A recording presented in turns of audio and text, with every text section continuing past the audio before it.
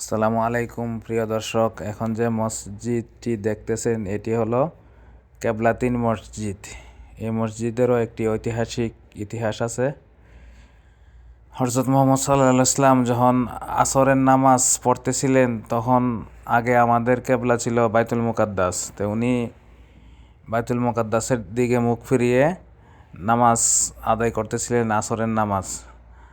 যখন 2 রাকাত নামাজ শেষ হয়েছে তাৎক্ষণিক হযরত জিবরাইল আলাইহিস সালাম এসে কানে কানে বলছেন, হুজুর আপনি পবিত্র কাবার দিকে মুখ করে নামাজ পড়ুন। তাৎক্ষণিক রাসূল সাল্লাল্লাহু আলাইহি ওয়াসাল্লাম এবং পিছিয়ে যে মুসল্লিরা ছিল তখন এই পবিত্র কাবার দিকে মুখ করে নামাজ পড়তে শুরু করলেন। তাই এই মসজিদকে বলা হয় 2 কেবলার মসজিদ। বাংলাতে বলা হয় 2 কেবলার মসজিদ, আর আরবিতে বলা হয় কেবলাতিন মসজিদ।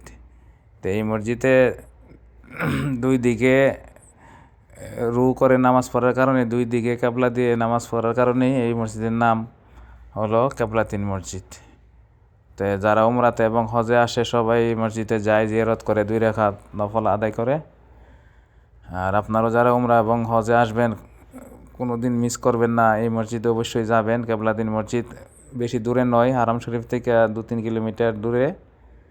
তাই সবাই এই মসজিদে যাবেন। ওকে।